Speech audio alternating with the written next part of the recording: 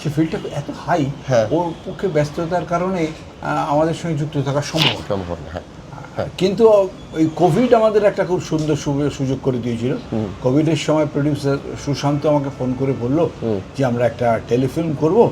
তখন কেউ বেরোচ্ছে না, সমস্ত বন্ধ, লকআউট চলছে, তো লকডাউন লকডাউন চলছে। তো আমি তোমাদের 3 জনকে আমাদের আরও আছে তোমাদের পোর্শনটা শ্যুট করবে কে?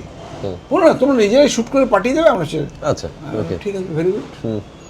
তা 3 জন, আবির তার অভিনয় করবে না, ওখানে তুই তাহলে ক্যামেরাটা কর। আবির ক্যামেরা করতো, আমি আর ওর মা শ্যুট করতাম। যে মজা হতো, মানে বাবা আজকে কালকের কল টাইম হচ্ছে সকাল 9টা, কল টাইম দিত আর কি। লাঞ্চ ব্রেক হতো, নিজেরাই নিজেদের মতো সব ডিক্লেয়ার করে এসব করতাম টরতাম।